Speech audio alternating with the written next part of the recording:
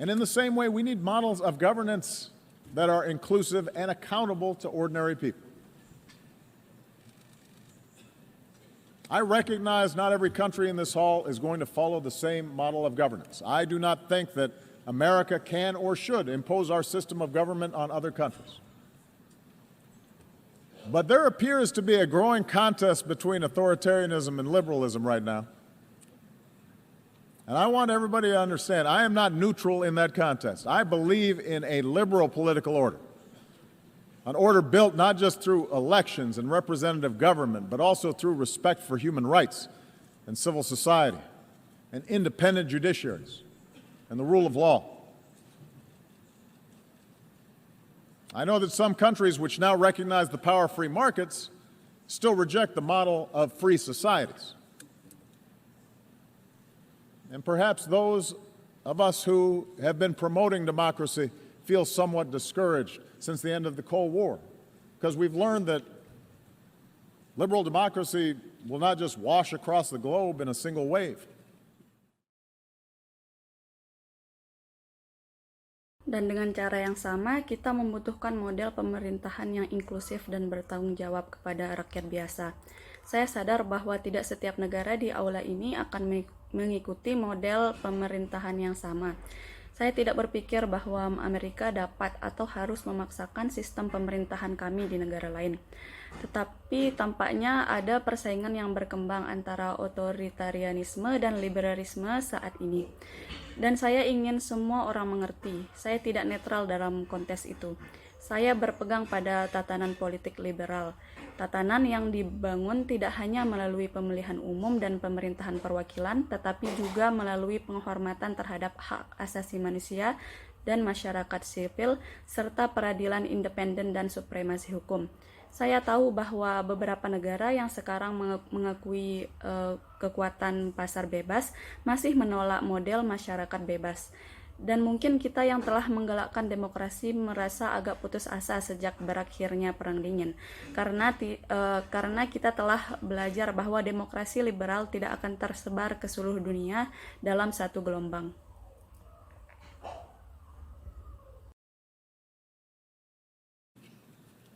It turns out building accountable institutions is hard work, the work of generations. The gains are often fragile. Sometimes we take one step forward and then two steps back. In countries held together by borders drawn by colonial powers, with ethnic enclaves and tribal divisions, politics and elections can sometimes appear to be a zero-sum game. And so, given the difficulty in forging true democracy in the face of these pressures, it's no surprise that some argue the future favors the strong man, a top-down model, rather than strong democratic institutions. But I believe this thinking is wrong. I believe the road of true democracy remains the better path. I believe that in the 21st century, economies can only grow to a certain point until they need to open up, because entrepreneurs need to access information in order to invent. Ternyata membangun lembaga yang bertanggung jawab adalah pekerjaan yang sulit, pekerjaan dari generasi ke generasi. Keuntungannya seringkali tak tentu. Terkadang kita mengambil satu langkah maju dan kemudian mundur dua langkah. Di negara-negara yang disatukan oleh perbatasan yang dibuat oleh kekuatan kolonial dengan daerah kecil etnis dan divisi suku, politik dan pemilihan umum terkadang tampak seperti permainan zero sum.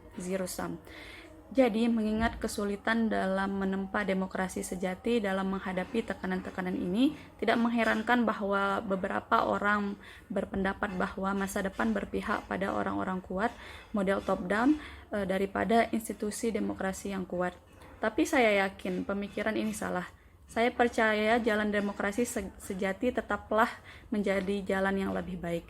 Saya percaya bahwa di abad 21, ekonomi hanya dapat berkembang sampai titik tertentu, sampai mereka perlu membuka diri, karena pengusaha perlu mengakses informasi untuk berkarya.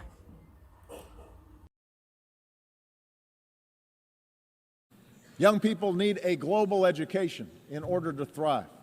Independent media needs to check the abuses of power.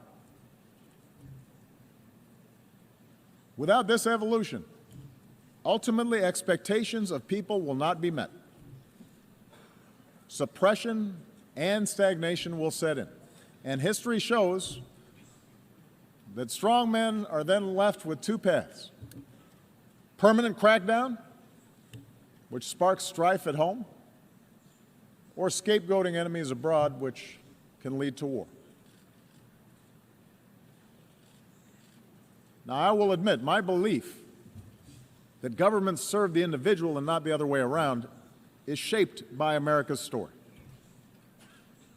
Our nation began with a promise of freedom that applied only to the few, but because of our democratic Constitution, because of our Bill of Rights, because of our ideals, ordinary people were able to organize and march and protest, and ultimately those ideals won out. Kaum muda membutuhkan pendidikan global untuk maju. Media independen perlu memeriksa penyalahgunaan kekuasaan. Tanpa evolusi ini, pada akhirnya harapan masyarakat tidak akan terpenuhi. Penindasan dan stagnasi akan terjadi. Dan sejarah menunjukkan bahwa orang kuat hanya diberikan dua pilihan: tindakan keras permanen yang memicu perselisihan di dalam negeri, atau mengambing hitamkan musuh di luar negeri yang dapat menyebabkan perang. Sekarang saya akui keyakinan saya bahwa pemerintah melayani individu dan bukan sebaliknya, dibentuk oleh sejarah Amerika. Bangsa kita berawal dengan janji kebebasan yang hanya berlaku untuk segelintir orang. Tetapi karena konstitusi kita yang demokratis, karena Bill of Rights kita, karena cita-cita kita, rakyat bisa dan dapat berorganisasi dan berbaris serta memprotes, dan pada akhirnya cita-cita itu menang.